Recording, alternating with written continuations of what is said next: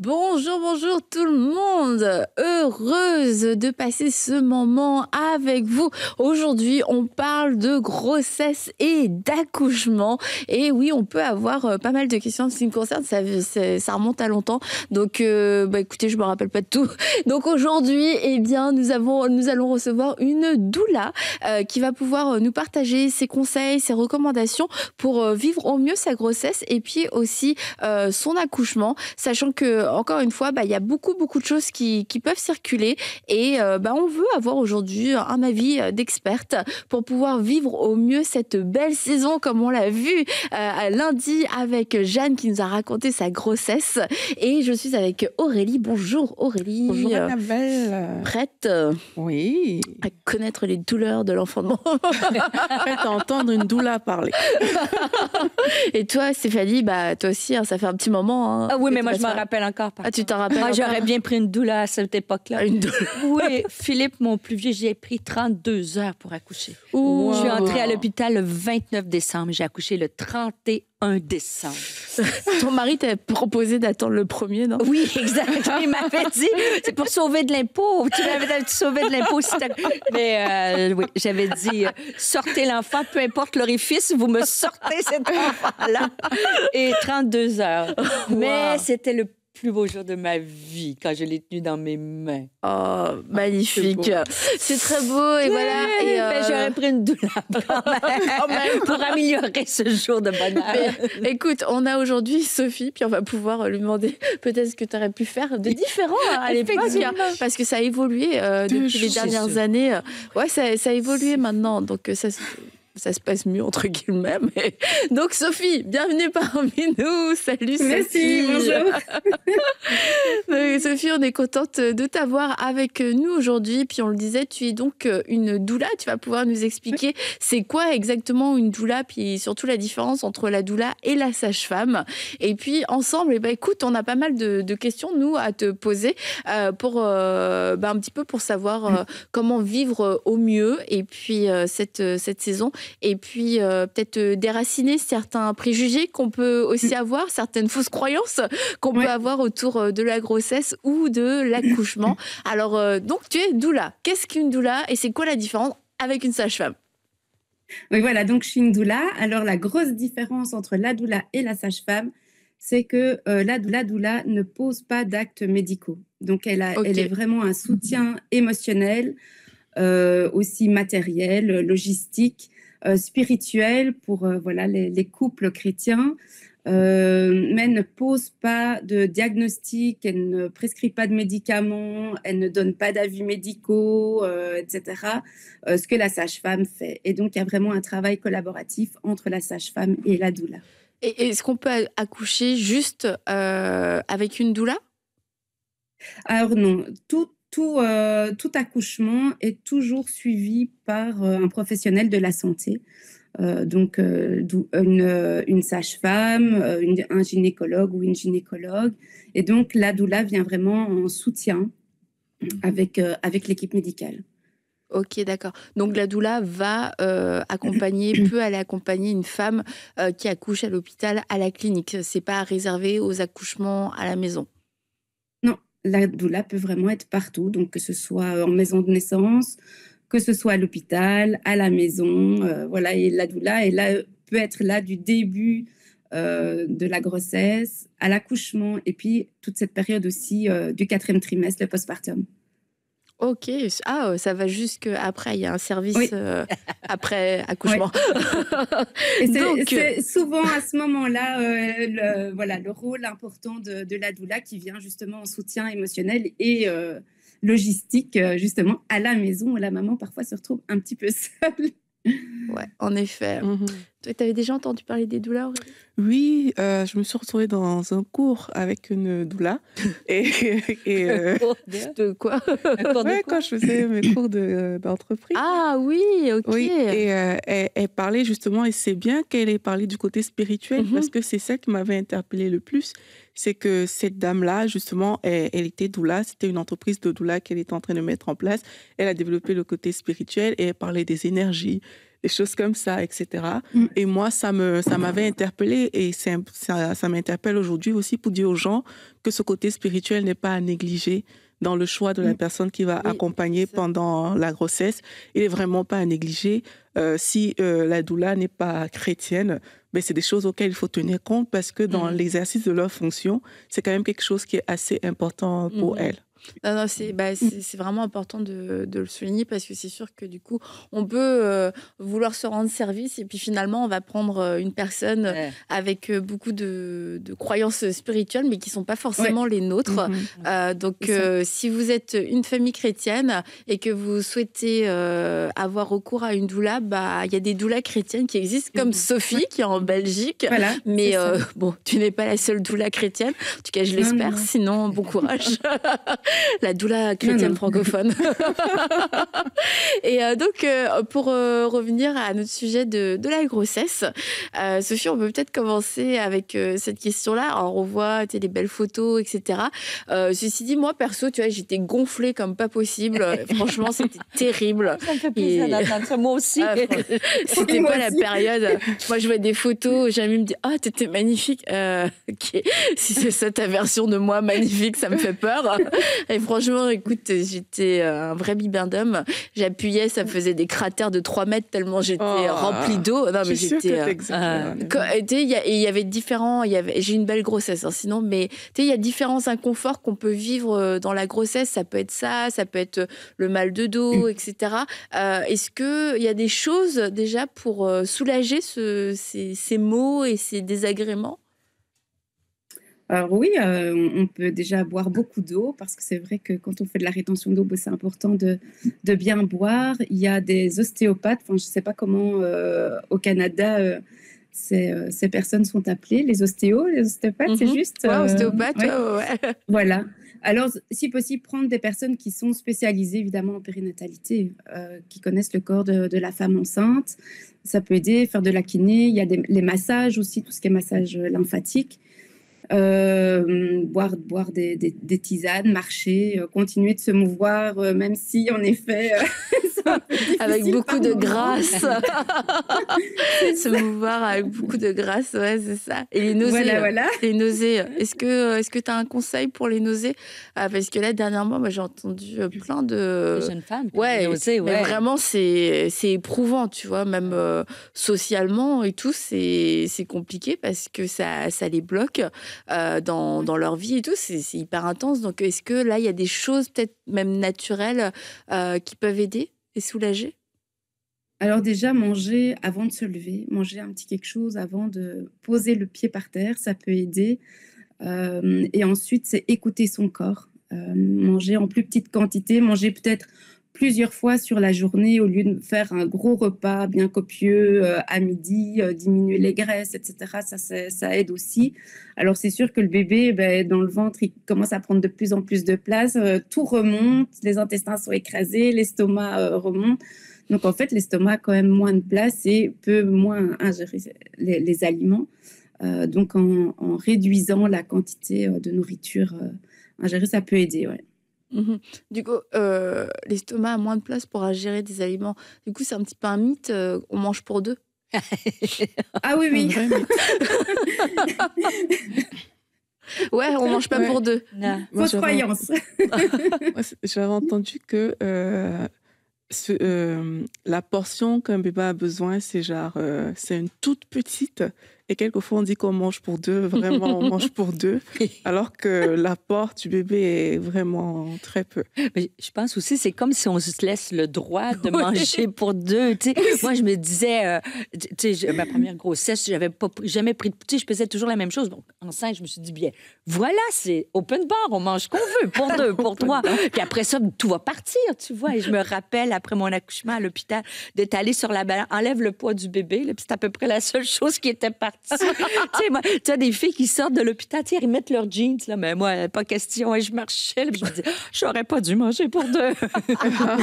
Ça, c'est un bon conseil. On mange pas pour deux. Non, mais pour de vrai, par rapport à ce que disait Aurélie, selon là où tu en es C'est très vrai.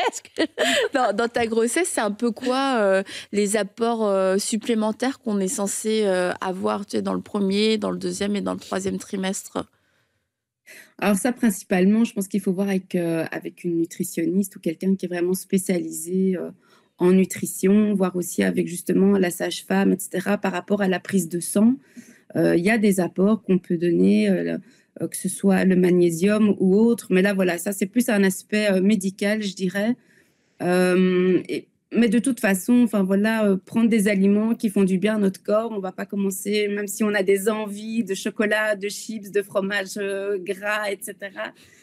Vaut mieux éviter tout ça parce que justement, ça peut donner des nausées, tout ce qui est du reflux, etc. C'est assez finalement agressif au niveau de l'estomac. Et là, est-ce qu'on a une envie de cornichons dans la crème glacée? On évite aussi? Les femmes, ils font des blagues. Les femmes enceintes sont reconnues pour avoir des drôles de goût. Ouais. Il y en a qui ont des goûts de cornichons. Avec, je fais des blagues. Mais est-ce que c'est vrai, ça, ou c'est que les femmes enceintes ont plus des goûts un peu étranges?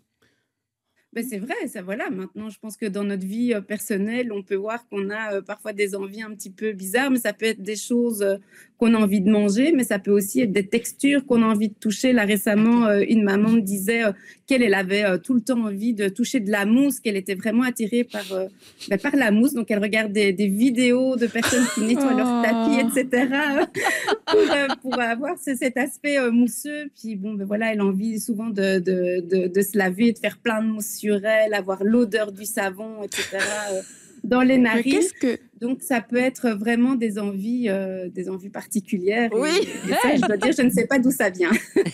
Et qu'est-ce que vous dites justement à des femmes qui ont ce genre d'envie pendant la grossesse? En tant que doula, vous les accompagnez, mais qu'est-ce que... Tu leur coules un bain moussant. Qu'est-ce que vous dites? Combien il faut gérer ce genre de choses?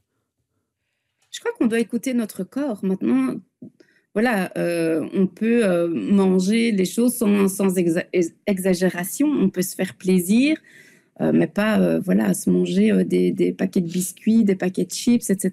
Parce que de toute façon, c'est quelque chose qui n'est pas bon pour notre santé et pour le bébé. Je veux dire, tout ce qu'on mange passe aussi dans le corps de notre enfant.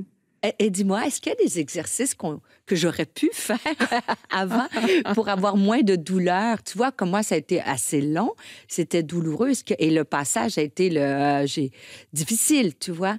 Et qu'est-ce qu'on peut faire, la femme, pour une femme qui est enceinte, qui écoute l'émission, qu'elle peut se préparer pendant la grossesse? Oui, pendant, pour que ça soit plus facile. J'imagine qu'il y a des choses qu'on peut faire pour que ça soit plus facile. Oui, bien sûr. Alors, il y a tous les étirements au niveau du bassin.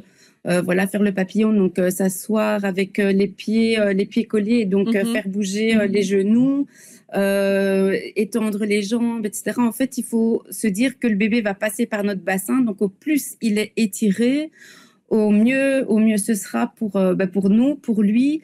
Ça peut aussi réduire toute la durée d'ouverture du col, etc., de dilatation. Donc voilà, ça c'est tout bénef, tout ce qui est étirement, et puis la marche, concernant aussi tout ce qui est le souffle, parce que c'est un marathon en fait, d'accoucher. On n'y pense pas, mais quand on y est, on se rend compte que ça prend beaucoup d'énergie et c'est fatigant en fait. On doit tenir dans la durée. Mais tu vois, t'en as fait 2 marathons finalement. Oui, c'est ça. Parce que celui-là, il était quand même... il était costaud. Il était costaud. Et il y a des femmes aussi... Ouais, 32 heures aussi. Sophie, il y a des femmes qui ont peur du moment de l'accouchement à cause de la douleur. Qu'est-ce que tu peux dire peut-être pour assurer? Il y a même des femmes, tu vois, qui hésitent à tomber enceinte parce que la douleur de l'accouchement, même si il y a la péridurale, etc., mais c'est comme vraiment une peur. Qu'est-ce que tu peux dire peut-être pour les rassurer, si ce n'est que ça fait mal pour de vrai, mais... Alors, c'est sûr que ça fait mal pour du vrai, ça c'est certain, mais le fait de savoir pourquoi est-ce qu'on a mal, ça aide en fait à prendre du recul et à se dire aussi que c'est vraiment un travail de collaboration avec notre enfant. La douleur est là pour nous montrer comment le corps agit et où on en est dans ce processus de l'accouchement. Et c'est aussi cette douleur qui va nous rapprocher de la rencontre avec notre enfant. Et ce qui est merveilleux, c'est que voilà, quand j'ai fait cette formation de doula, je me suis rendu compte à quel point Dieu est le Dieu des détails. Parce que dans la manière dont il nous a créés, il a mis en nous toutes sortes d'hormones qui vont nous permettre justement au moment de l'accouchement, donc quand on accouche sans la péridurale, donc quand on a un accouchement physiologique, eh bien, les hormones sont sécrétées au fur et à mesure que le travail commence et que tout le processus de l'accouchement se met en place. Et ça, c'est merveilleux de se dire, en fait, ben voilà, quand je me mets dans telle ou telle position, quand je vais effleurer ma peau, quand mon mari va effleurer ma peau, quand je suis dans cette phase vraiment de douleur intense, eh bien, il va effleurer ma peau et donc il va y avoir l'hormone, l'endorphine, donc qui est cette morphine en fait naturelle qui va être produite pour vraiment atténuer en fait l'intensité des vagues, donc des contractions. Et tout ça avec cette hormone de l'amour qui est l'ocytocine. Et tout ce cocktail en fait d'hormones va nous permettre de vivre pleinement les intensités des vagues. Et c'est important de le savoir parce que quand on a connaissance de ça, eh bien, on sait pourquoi. On sait pourquoi on a mal. Et tu dis l'ocytocine, l'hormone de l'amour. Toi qui as fait beaucoup d'accouchements, dis-moi, est-ce que certains couples, quand la dame accouche, c'est pas l'amour tout le temps, c'est l'amour avant, c'est l'amour après, mais durant l'accouchement, dis-moi, moi, mon mari avait toujours faim, il voulait aller à la cafétéria, tu vois. Sur 32 heures, je le comprends, mais dis-nous quelques anecdotes pour encourager peut-être des femmes que, tu sais, des fois, on s'y met. Moi, là, quand j'ai avec mon premier enfant, moi, je me suis dit, je vais arriver à l'hôpital, tout va bien aller, on va se tenir la main, je vais respirer comme il faut. Mais finalement, ça ne s'est pas passé comme ça. Des fois, tu sais, quand tu es dedans, ça brise un peu ton rêve. Encourage-nous. On n'est pas les seuls, que des fois, ça peut être... Moi, j'ai voulu actionner le médecin parce qu'il n'arrivait pas à temps. Donc, tu vois, non, mais je fais des blagues, mais c'est vrai. Mais dis-nous que certains couples, ça peut être plus difficile. Et ça aussi, il faut se préparer en couple que... Bien sûr. Ouais. Dis-moi, raconte, est-ce que tu as quelques anecdotes que les couples, c'était pas je te tiens par la main et on respire ensemble? Alors, c'est là que le rôle de la doula prend tout son sens. Et voilà. Parce qu'elle veut être le relais auprès du papa qui veut aller manger, qui veut aller prendre un petit peu l'air, etc. Et c'est vrai que la maman doit rester dans sa bulle pour justement pouvoir sécréter de manière efficace toutes ces hormones.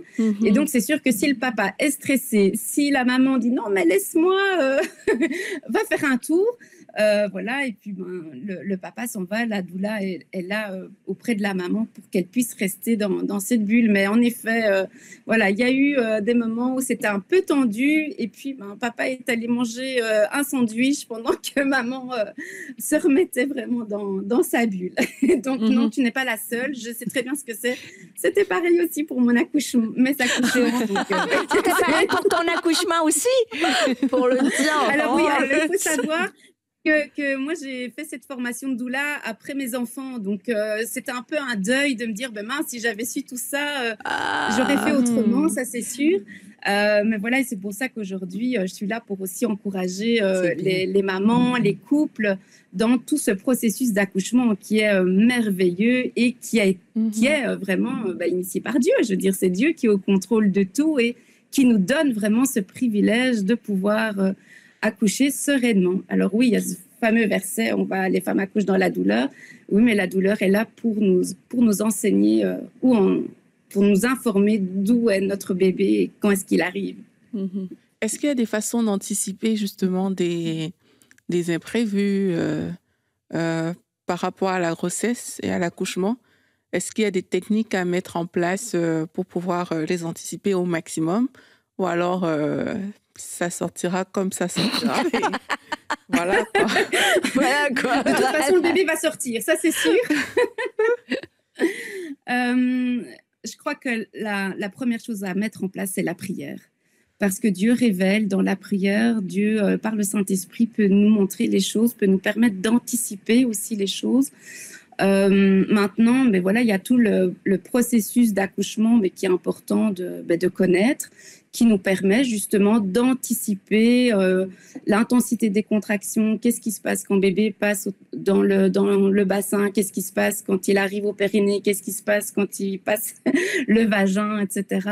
Ça permet d'anticiper. Il y a tout ce travail de respiration aussi qu'on peut faire, on peut s'entraîner. Papa aussi peut s'entraîner à donner des paroles encourageantes à son épouse, parce que généralement, le papa, il est un peu déstabilisé, il ne sait pas trop quoi dire, il voit sa femme en souffrance, il ne sait pas quoi faire, pas comment l'aider, pas comment la soutenir. Mais tout ça, c'est à discuter vraiment durant le temps de préparation, soit avec la doula, avec la sage-femme, de justement qu'est-ce qui peut être mis en place. En fait, c'est un petit peu de se dire, je vais faire un marathon et qu'est-ce que je vais faire pour m'y préparer? Qu'est-ce que je vais faire quand je vais arriver au seuil là où j'en peux plus et je veux arrêter? Je pense que Stéphanie, tu as fait des marathons. Donc, qu'est-ce qu'à un moment donné, tu as dit, là, je continue, là, j'avance et qu'est-ce qui fait du bien? Et c'est à force de se connaître, de discuter, de faire sortir aussi toutes les craintes, parce que les craintes peuvent vraiment bloquer et stopper en fait tout le processus au niveau hormonal. Et donc, ça peut devenir très, très long, parce qu'en fait, les peurs sont là, n'ont pas été mises en lumière, etc. Au moment où la femme t'a dit, si elle sort de sa bulle, là tu dis, si elle a certaines craintes, le travail hormonal ne se fait plus naturellement à ce moment-là. Ça s'arrête. En fait, ça s'arrête. Oui. Okay. Donc, et c'est pour ça que ça peut durer. Ah, ok. Ouais, en fait, ça peut s'arrêter dès qu'on... En fait, sortir de sa bulle, ça veut dire vraiment sortir du bien-être dans lequel on est. La maman doit se déconnecter de son néocortex. Donc, le néocortex, c'est tout ce qui, dans le cerveau, tout ce qui touche à l'analyse, à l'observation, la réflexion, etc. Et donc, quand elle est là, elle ne peut pas se concentrer sur ce qu'elle vit et au niveau hormonal, en fait, ça peut stopper parce qu'elle va réfléchir, elle va être dans les craintes, elle va analyser, elle va se dire ça y est, mon bébé va pas être capable de passer, on va rentrer dans un espèce de stress intense, l'adrénaline va être sécrétée. L'adrénaline, c'est une des hormones de stress qui peut vraiment comme inhiber la sécrétion d'ocytocine et donc l'ocytocine en lien avec les contractions. Ok, donc là, ça peut ralentir le travail et du coup allonger... Ok, d'accord. Je ne savais pas à quel point c'était relié au néocortex. Oui. Des fois, c'est relié au passage. Ça, c'est une parole que le papa peut dire. Déconnecte-toi de ton néocortex. Voilà. Je pense qu'on va l'expulser de la salle à ce moment-là. Et tu disais qu'il y avait des positions qui libéraient les hormones, des positions d'accouchement. Alors, on sait, pendant des années, on a dit aux femmes qu'il n'y avait qu'une seule, surtout en Occident, une seule façon d'accoucher, mais qui semblait un petit peu finalement contre nature, allongée et les jambes sur les... ouais, voilà. Bon, maintenant, on n'en est plus... toujours là, je dis toujours parce qu'il y a encore, en tout cas je connais plusieurs femmes, c'est la seule option qu'on leur a donnée, mais c'est quoi les meilleures finalement positions pour pouvoir accoucher et libérer un maximum d'hormones? C'est la femme qui est la meilleure experte de son accouchement. Donc, quand on part dans un accouchement physiologique, donc on va dire naturel, sans péridurale, ni médicalisé, la femme elle-même va sentir qu'est-ce qui est le meilleur pour elle et pour que le passage du bébé se fasse au mieux. Alors, c'est sûr que tout ce qui est position à quatre pattes, même accroupi, semi-debout, assis sur une chaise, etc., toutes ces positions-là facilitent en fait la descente du bébé dans le bassin et puis ensuite le col de l'utérus. Donc ça, c'est vraiment des positions qui vont faciliter, on va dire. Maintenant, on ne va pas supprimer toutes les douleurs, hein, ça je ne dis pas, mais disons que ça va vraiment aider au niveau du passage. Et c'est vrai que la position couchée sur le dos n'est vraiment pas l'idéal. Et c'est pour ça qu'instinctivement, une femme qui est couchée sur le dos va avoir le désir de changer de position. Et ça, c'est bon qu'elle puisse suivre son instinct à ce moment-là et se faire confiance. Tout à fait. Tout à fait. Et d'où tout ce temps de préparation à l'accouchement, de pouvoir discuter, mais aussi d'anticiper, de se dire, OK, en fait, est-ce que quand je suis enceinte de 9 mois et que je suis couchée sur le dos, est-ce que je suis confortable? Je pense qu'on pourra toutes dire non et qu'on aura tendance à se mettre sur le côté ou à bouger en tout cas parce que, oui, cette position sur le dos n'est pas l'idéal. Et la femme, elle a mieux placé pour savoir ce dont elle a besoin. Est-ce qu'elle a besoin de se tenir, de s'étirer? Est-ce qu'elle a besoin de s'appuyer sur son mari? Est-ce qu'elle a besoin qu'on la laisse? Et donc, l'accouchement physiologique permet justement de pouvoir se mouvoir librement. Et j'ai entendu aussi parler des accouchements dans l'eau. Est-ce que c'est quelque chose que tu as déjà vu? Comment ça se passe? Est-ce que c'est recommandé ou pas? Alors, j'en ai jamais vécu. J'en ai déjà vu par vidéo, etc. Et durant ma formation, on en a parlé.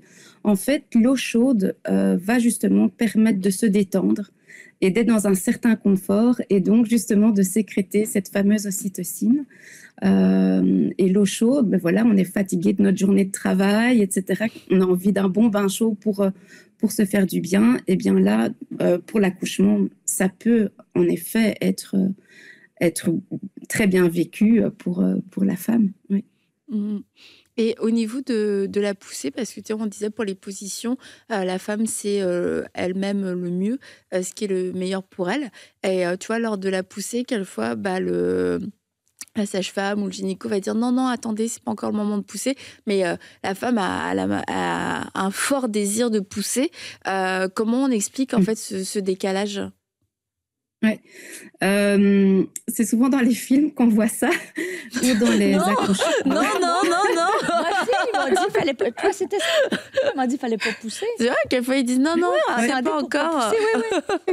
Alors c'est vrai que dans les accouchements médicalisés, parce qu'il y a la péridurale, alors la femme ne sent pas en fait au niveau des contractions, au niveau des vagues, ce qui est en train de se passer dans son corps, et donc c'est le médecin qui va donner les informations parce que il voit le monitoring, etc. Tandis que quand on est dans un accouchement physiologique, la femme va savoir quand elle doit pousser.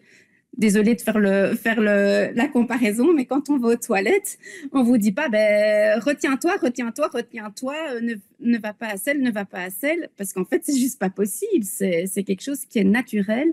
Faut se dire que les contractions qu'on vit, on n'a aucun contrôle par rapport à ça. Ça fait partie vraiment d'un réflexe en fait, et donc ça se met en route tout seul et naturellement, et bébé descend, pousse sur ce col qui va s'ouvrir, et donc en fait la femme va bien savoir quand elle doit pousser. Donc encore une fois, la femme peut se faire confiance à ce moment-là. Tout à fait. Okay. Oui, c'est très important en tant que femme de reprendre ce que Dieu nous a donné, cette compétence vraiment de pouvoir accoucher, avec une équipe qui nous entoure, mais Dieu a tout mis en nous pour qu'on vive un accouchement serein et oui, dans la paix. Et comment on fait? J'ai déjà... dans ma famille, il y a eu des cas, par exemple, où à la dernière minute, la décision a changé. Les femmes allaient accoucher normalement, mais subitement, comme ça, c'est comme, non, il faut faire une césarienne. Comment est-ce qu'on peut se préparer à des changements aussi bruts, je ne sais pas si c'est le bon mot, aussi soudain? Comment on peut se préparer à ce type de changement-là quand on va accoucher? Parce que parfois, ça arrive qu'on a un scénario, on se dit, OK, je vais accoucher normalement et tout. Ça peut même arriver qu'on se dise qu'on va prendre la péridurale, mais à la fin, on ne peut plus. On n'est plus à une étape où on peut l'administrer. Comment on fait quand il y a des changements aussi soudains? Oui. Dans toute la période de préparation à l'accouchement, ce sont des choses qui sont justement discutées et échangées. Ça permet d'anticiper justement quand ça arrive. Et là, je crois que c'est important de faire confiance à l'équipe médicale qu'on a choisie finalement. Si on va dans tel ou tel hôpital, c'est parce qu'on a confiance dans l'équipe médicale. Et c'est vrai que ça peut être un deuil. Ça peut être ce temps de se dire, en fait, j'avais prévu ça. Et puis, finalement, il y a rien de ce que j'ai prévu qui se déroule comme je l'avais pensé. Ça peut être difficile. Et en même temps, c'est se remettre à Dieu, de dire, voilà, Dieu est au contrôle de toutes choses. Ça me fait penser à mon propre accouchement pour ma 3e. Voilà, je m'étais dit, je vais accoucher de manière physiologique, etc. Et en fait, ma fille ne s'est pas retournée. Et pourtant, avec mon mari, on a prié. Moi, je voyais les petits vêtements et j'avais cette pensée qui me venait de me dire, elle mettra pas ses vêtements de naissance, elle va pas les mettre. Et je priais vraiment par rapport à ces pensées qui venaient. Voilà, ça, je priais contre l'ennemi, contre mes pensées, etc. Et en fait, cette pensée ne me quittait pas. Et à un moment donné, j'ai changé ma manière de prier. Je dis, OK, Seigneur, tu es au contrôle de toutes choses. Si ma fille doit se retourner, elle se retourne. C'est toi qui gères ça. Mais je veux te faire confiance. Finalement, elle ne s'est pas retournée. Donc, moi qui voulais accoucher par voie basse, de manière physiologique, etc., c'était foutu parce que c'était une césarienne programmée. J'ai dû accepter et faire ce deuil, en fait, de pas pouvoir accoucher comme je l'avais pensé. Et au moment de l'accouchement, donc quand ma fille est sortie, la gynécologue nous a dit que heureusement qu'elle ne s'était pas retournée parce que le cordon ombilical était entouré 2 fois autour de son cou. Et donc, en se retournant, elle aurait pu être étouffée et étranglée par le cordon. Et donc là, on se dit, mais en fait, oui, Dieu est au contrôle de toutes choses. Alors, la césarienne, ben, c'est sûr que voilà, c'est pas l'accouchement rêvé. Mais en tout cas, voilà, notre fille est en vie. Bon, après, il y a eu d'autres péripéties parce qu'elle a dû aller en néonat, etc. Mais c'est vrai que là, on s'est dit, mais Dieu est au contrôle de toutes choses. Et donc, en tant que chrétienne, c'est se remettre à Dieu, de se dire, Dieu connaît toutes choses, il voit notre bébé, alors que nous, on ne sait pas ce qui se passe, mais lui, il sait. Mais dans les deuils aussi, il y a l'allaitement. J'imagine que vous accompagnez les femmes par la suite dans l'allaitement parce que beaucoup de femmes veulent allaiter leurs enfants et des fois, ça ne fonctionne pas, tu vois. Moi, j'ai essayé avec mes 2 enfants et c'était très, très difficile. Et à un moment donné, dans la nuit, quand j'étais encore à l'hôpital et j'ai dit à l'infirmière, je pense que je vais arrêter l'allaitement. Et écoute, elle m'a regardée, c'est comme si je tuais mon bébé, là. Déjà, je me sentais hyper coupable. Puis là, c'est comme, elle m'avait dit... Vous savez ce que vous faites? Et là, j'ai dit, oui, je sais, mais c'était difficile, le bébé. En tout cas, je vous épargne des détails. Mais ça a été pour moi quelque chose, comme si tu te sentais pas à la hauteur, une mauvaise mère. Et des fois, on fait tout ce qu'on peut, que ce soit pour accoucher naturel ou l'allaitement. Et ça, c'est important. J'imagine peut-être qu'une femme qui nous écoute, puis moi, je veux allaiter, ça fonctionne pas, c'est compliqué. Qu'est-ce que tu dis à une femme qui doit peut-être faire le deuil de ça ou bien elle est allée jusqu'au bout, je ne sais? Oui, c'est vrai que c'est un deuil. Mais quand c'est pris bien en amont, il y a moyen de mettre des petites choses en place pour que l'allaitement fonctionne. Et c'est aussi important, non seulement de préparer son accouchement, mais de préparer l'allaitement, de préparer le retour à la maison. Ce sont des choses que souvent on oublie.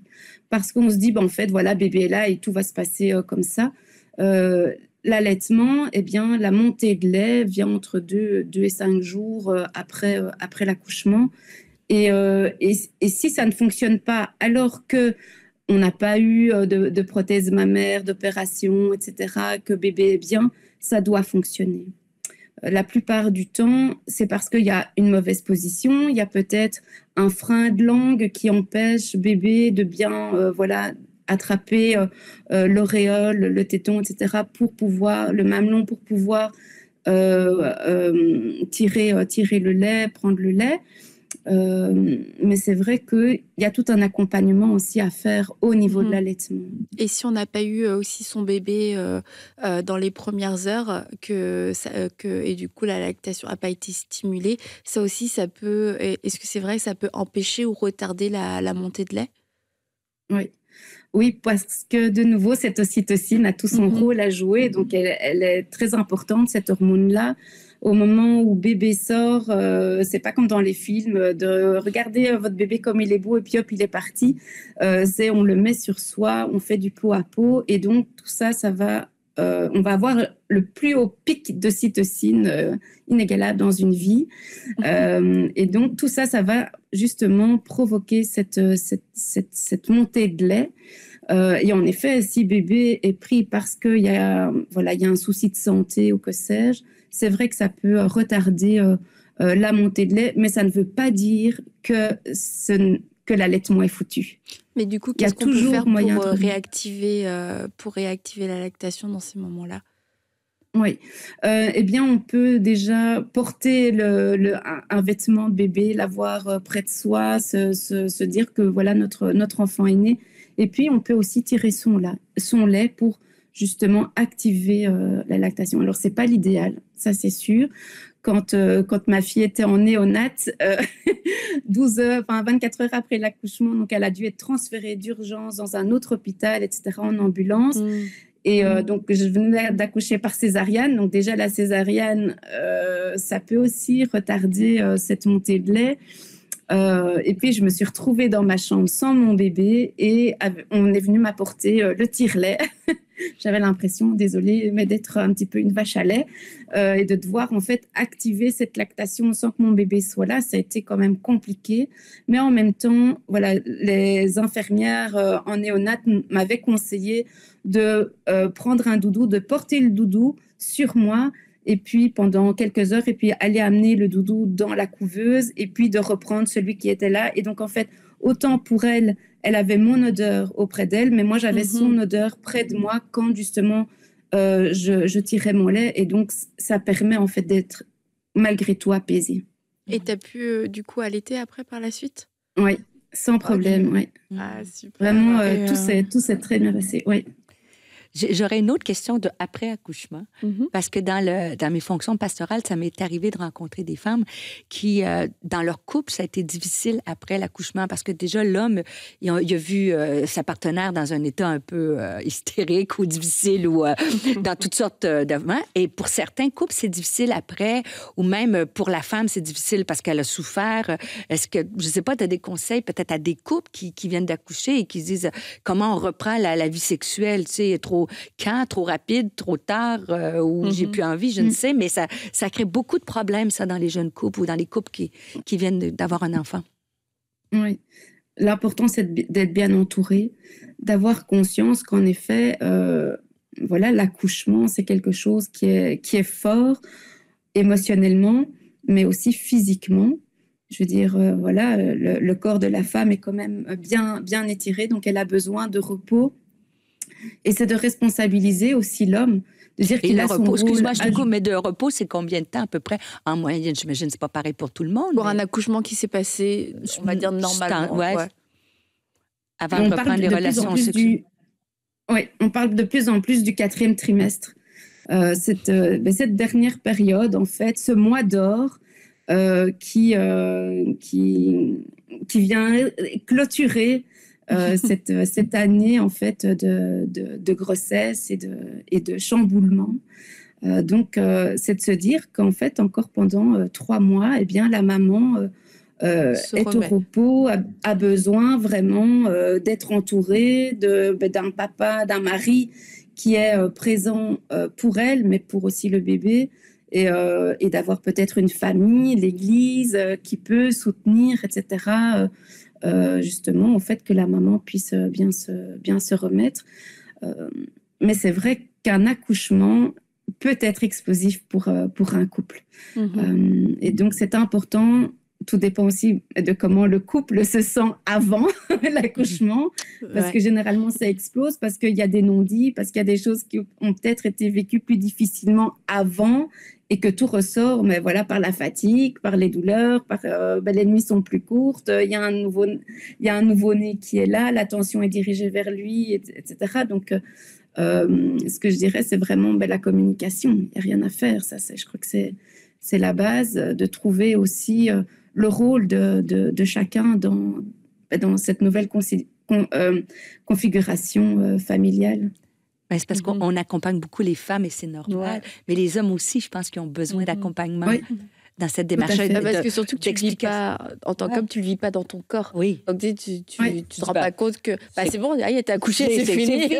On passe à autre chose, là. Mais c'est vrai que, comme tu dis, ce 4e trimestre qui clôture un peu cette année, c'est, je pense, ce trimestre dont, en général, la femme a besoin pour se remettre émotionnellement, mais aussi physiquement, comme retrouver ton corps, etc. Parce que je pense qu'on sous-estime quand on n'a pas accouché, vraiment ce qui s'est passé dans le corps, c'est une expérience assez unique et intense. Et c'est bien, ce 4e trimestre, il est bien. Mais aussi de retrouver son corps, parce qu'il a changé. Tu as l'allaitement, tu as tout ce qui est changé. Donc, c'est peut-être pas le... Ouais, en tout cas, merci beaucoup Sophie pour tous tes éclaircissements et pour toutes tes réponses. Merci d'avoir répondu à toutes nos questions. On en avait encore d'autres sous le coude éventuellement, mais merci beaucoup. Puis je pense que ça va amener aussi une certaine sérénité, surtout peut-être à des jeunes mamans qui sont enceintes en ce moment, qui pouvaient se poser certaines questions. Donc un grand merci. Puis j'aimerais terminer en le disant, c'est que, comme Sophie, tu nous l'as dit, Dieu a créé notre corps de femme pour pouvoir porter la vie et aussi pour pouvoir accoucher. Et c'est vrai qu'il y a un moment dans l'accouchement où on a l'impression qu'on n'a pas été créé pour ça. Mais rappelez-vous, nous avons été créés pour ça. Votre corps est capable de porter la vie, mais aussi de sortir la vie. Il a été fait vraiment pour ça, de façon complète et complexe. Donc faites confiance à votre corps, mais faites confiance à votre créateur parce qu'il a fait toutes choses à merveille. Et puis comme Sophie nous l'a expliqué, avec tout ce système, tout ce travail hormonal, plus on sera dans la confiance et plus aussi les hormones qui sont là à notre disposition vont pouvoir aussi faire leur travail. Donc un grand merci à toi Sophie. Et puis écoutez, vous toutes qui nous suivez, on va se retrouver vendredi. Bye bye. Bye.